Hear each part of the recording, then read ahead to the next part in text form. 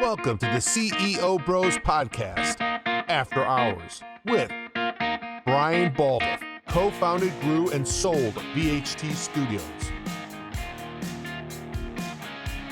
Brad Baldoff, CEO and co-founder of By Your Side Autism Therapy Services.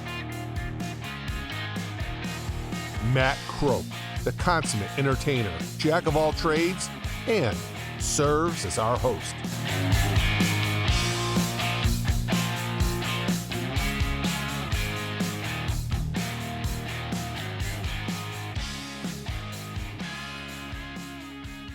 Welcome to CEO Bros. Oh my gosh, this a much happy Friday, much needed start to the weekend. Say that again. Indeed. So I want to talk about details.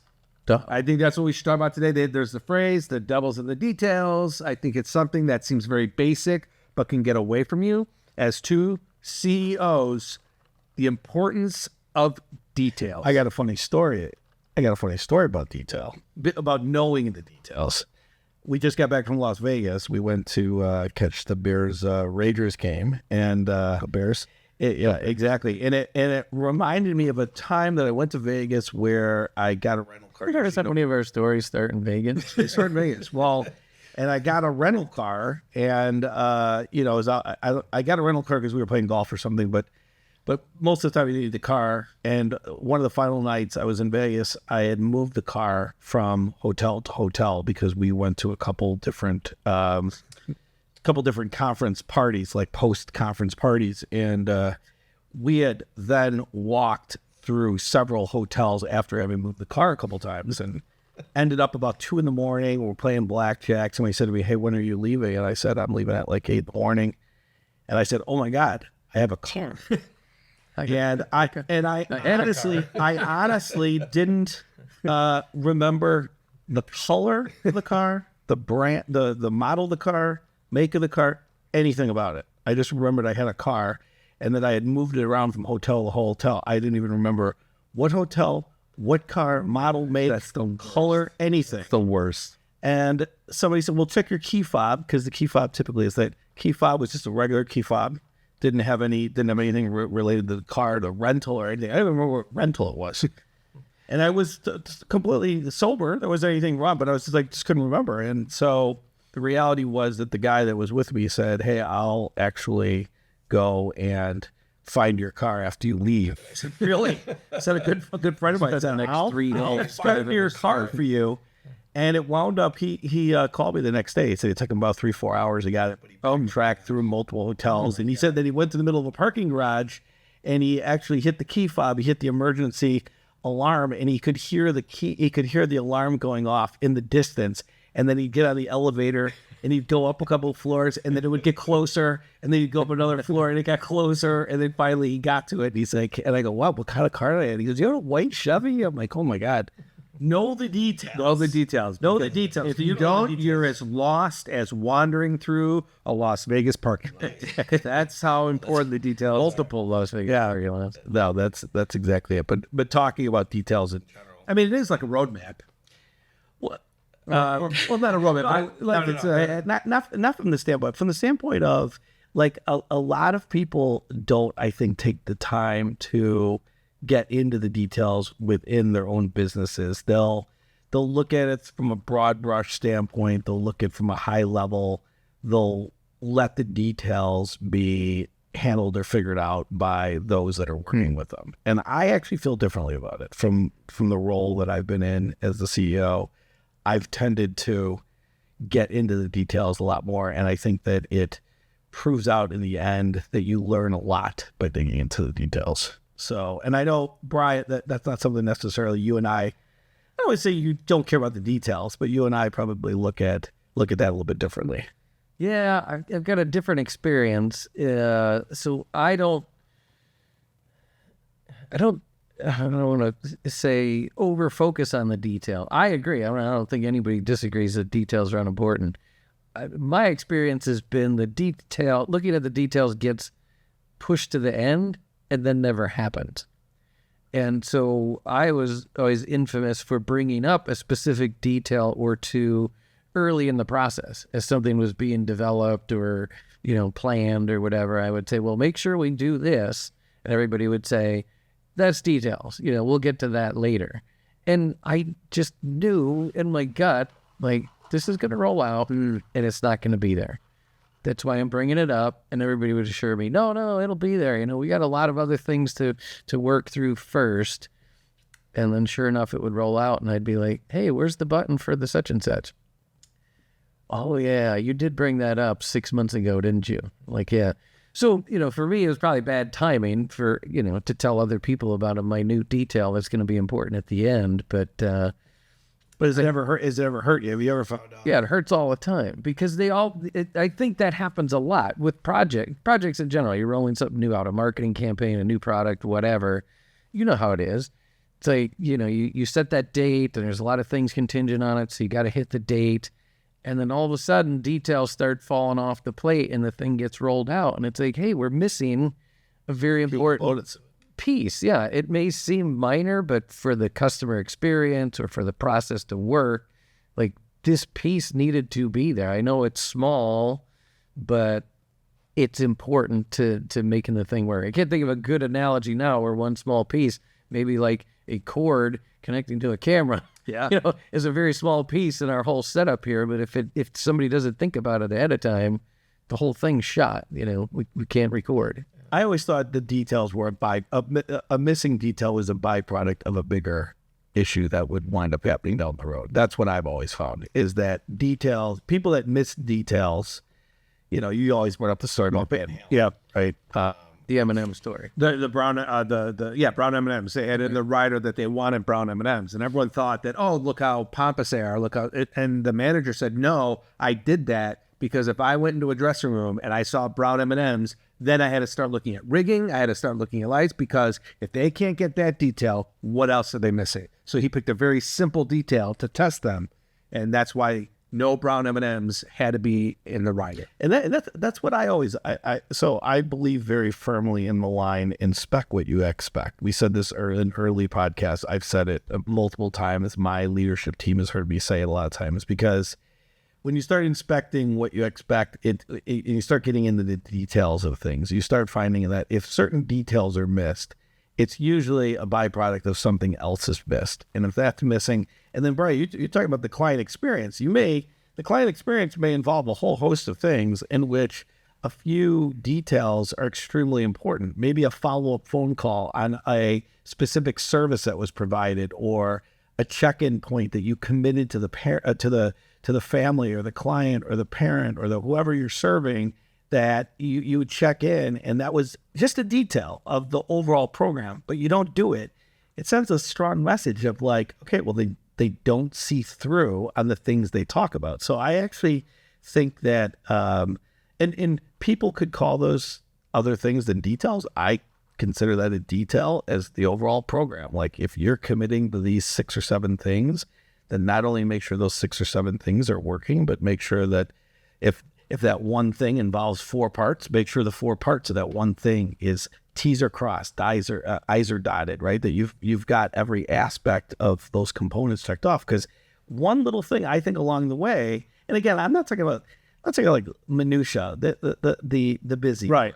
I'm not talking about noise. There's a difference between details that are important to a program and minutia, noise, clutter. That's well, and also details that a customer will think of you. I mean, think of restaurants. Think of, how many details, or a hotel that you stay at. If something's not there, or a bed's not turned or whatever, right away they'll go, these people don't know what they're doing. That's a high level there. I had a funny one. I know this gets back to, we had talked once about, I asked somebody to put a sign on our front door. Yeah, it's that. It says the handwritten sign. Yeah, right. And I didn't dictate the details. But tell it again, because it's detailed. Well, we were having important guests over, and I said, could you put a sign on the front door that we are in the lobby conference room? And, as a newer person, younger person, whatever. And after the meeting, they found the conference room, the important customers. I went up to our office door, and it was like handwritten and just taped on the door like crooked. Cheeto fingers on the Cheeto fingers. That was like a little bit of barbecue sauce. they get to that level of detail. But it reminded me of, believe it or not, another door story. We had this gorgeous entrance to our office with glass, smoked glass. But wait, before you say that though, so you got upset with the employee that hand wrote the note saying that, or didn't say they were in the conference room. You got upset with that employee that did that instead of putting a professional sign up. Correct. Yeah. Now, wouldn't that be in the details that you could have provided? This is where you and I differ a lot. I would hope that my employees understand the attention to detail, especially when that was our business. Was going to take that one out, I guess. Thanks. Edit that. It's spelled assume, you two. No, I always left it up to people I trusted people to handle the details. This is where you and I differ. There was always a detail or two that was important to me, but I didn't check every detail. I assumed hey, important customer coming to visit us. We're a marketing service. We're all about presentation and high quality and impact and stuff like that. What they didn't understand about that, maybe it was training, whatever. Anyway, the door story. So when we first installed these doors, somewhere along the line, I'm assuming they asked how we wanted them to work. Maybe they didn't, and somebody just said, whatever. Well, we were in an office for 7 years, and everyone who came to our front door says, this doesn't seem right. Like, one of them opens this way, and the other one opens that way. I can't even describe it. It just seemed backwards. There had never been a set of doors that operated like these doors. And that was a small detail that we kind of overlooked. Were the hinges different? Yeah, something about the hinges. Were people walking into the door? Were they bumping? No, they'd go to pull it open, and it wouldn't open. So eventually, we had to put signs on it, like far side, that said "pull" and "push." This one's a pull. This one's a push. We know it doesn't make sense. It seems like it should be the other way, but we're on the other Please side. tell me that moving forward with that company. With your company, that anytime there's anything to do with doors, you were all over it, that you were in charge. No, I wasn't. But I would be in the future. Like if we were putting doors in the studio here, I would have. You would be, yeah, or signs on doors, or signs. Yeah, so look, you gave a great example of it. I'm not trying to go after you and our differing styles, but we've been told by some of our commenters or feedback out there that we don't banter enough as brothers. So I will say that's a clear area where you ask. I'm going back to your other story, where you don't give clear, definitive direction to somebody as to what you want on that door. You assume that somebody would do it right. But yet that's one of your most important clients entering the building. I would go through every last detail to make sure that client gets world-class experience from the minute they walk in. And that's the difference between somebody that says details are critical to me. Because that could be the difference between this vendor going or this customer going, we love these guys. This we felt like we got the red carpet treatment from these guys from the minute we walked in. And again, it's just how I approach business. I would recommend any business owners that are out there, any department heads of businesses that you want to separate yourself from others, you want to differentiate yourself from others, that you do take the time to literally look into every last detail that can make a difference. Because there's a lot of times where I know that I leave a space, I leave a health club, I leave a restaurant, and I go, those touches that group did, that's where you see made the difference between me wanting to go sit there and not wanting to go there. So that's why I think details do matter. Well, we met with a developer this past week when we were traveling, and I was impressed. He does furnished condos, and one of the things he does is anywhere they put in a TV, they put in a little remote control holder right next to the TV. I'm like, man, that's what I need at home. That's a nice little attention to detail. And he was bringing it up. He said, after so many renters, people would lose the remote control for the TV. He goes, I'm getting he's a residential. He had a number of residential units that he manages, which we were talking about real estate rent. Mm-hmm. And he was just saying how like those small things that he finds where a renter comes in, loses the remote control for the TV, goes bonkers, and then they would call him on a Sunday night and say, I can't find my remote control, whatever. And he said, so we just decided that we're going to put these little cup holders, to hold the remote controls right by the TVs. And he said that people said they really, like small things like that, they would comment on the way out from renting, like, hey, I'm glad I could always find my, something like They that. leave batteries in a drawer somewhere. So when the thing dies, you just go, oh, there's spare batteries in the drawer in the kitchen. Yeah. As opposed So there's the coming up with the details and then making sure they're implemented. Yeah, that's a great point. There's people who think through those little details that make a difference. They work at Disney and Four Seasons and places like that and by your side. And then there's executing on the details. And then to Brad's point, there's inspecting the details to make sure things are right. I mean, my house, we bought it from a very reputable builder. About 10 years in, we noticed water coming down from the second floor. And so, we called somebody and they tore it open and they said, they put the flushing in backwards. That water has been running down your roof and then into your house for 10 years. And they contracted it to someone and didn't inspect. And I later found out every model of our home had the same problem. The contractor put some flushing in backward. Nobody ever inspected it. Small detail caused thousands of dollars worth of damage. But yeah, I mean, I think from a takeaway for people that are out there is that there's a big difference between micromanage. Say you have employees. You're micromanaging, or you hear people say, I don't like micromanagers. Big difference. That's how micromanaging where you have 5 or 10 things to do, and I'm over your shoulder saying, okay, this is how you do it. How to do it. I want you to do it this way, and you should do it this way. That's micromanaging. This is more about the end result. The end result, client experience, the experience that you set forth for your employees, the experience that you set forth for your clients, the overall experience. Don't take any detail for granted. I think that every little last detail could be the difference between, or it could be the differentiator between you and going next door to a competitor. And I don't think that enough people put the time and energy into that, and they should. And I think it makes a whole hell of a lot of difference if you want to run a successful business. So to where I started, I think the reason for that a lot of times is you spend all your time on the major whatever rollout. By the time you get to the end, you're tired, you're out of money, you're under the gun, you say you're going to fix it later, add to it later, and then it just falls off the plate. So it's not intentional. I think a lot of people think, oh yeah, no, we're going to make this as good as we can. And then as you get into it, things start just falling off the plate. So that when it rolls out, somebody looks at it, because I think of, in my world, there's always online order forms and web pages and stuff. And, hey, I'm viewing this from the customer's perspective. I have a question. It should be answered on this page somewhere. I shouldn't have to call an 800 number or not know. So how do we present that in a way that, not everybody needs to know it, but the person who does can see that there's an option button here, or there's an FAQ, or there's a pop-up, or something.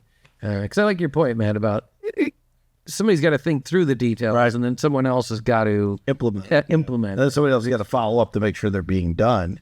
Right. One of the things I did in the tower space when I was in wireless towers is I used to say to our group, our business development operations team, I said, okay, here's what I want to do. I want to promote customer laziness. If a customer wants to get on one of our towers and there's 5 tower companies to choose from, I said, in every single scenario, they got to complete a 10-page application out. And I said, what we should do is, as part of the application process, we should complete the application for them. They should never have to pick up a pen. That's a detail of the whole process, is that there's a whole lot involved with getting on a tower, running an RF engineering study, making sure that you have the right height on the tower, completing the application, construction, all these different things. There's all this process that goes through for a wireless carrier like an AT&T or a T-Mobile or something to go on a wireless tower. That was the space I was in before. And I said, let's not let them complete the application. Let them dictate it to us, or we'll sit there and we'll scribe it for them. Because, you know, when there's 3 companies to choose from and one company says, I'll just do it for you, I pick you because, you know, I just want less things they have to do as a customer. So that was a detail that made a big difference. And a lot of companies said they defaulted to us because we made it super simple. Well, and I would think that inspecting details is probably the best way to show your leaders of modeling. Like that's because I was going to say, well, how do you teach details? But when I was hearing you talk, I go, well, by them watching you inspect the details. And I really like that you differentiate between micromanaging, because I was a little lost, but I think you explained it very well. I'm not telling you what to do. I'm going to inspect what I expect, and that's probably good modeling, right?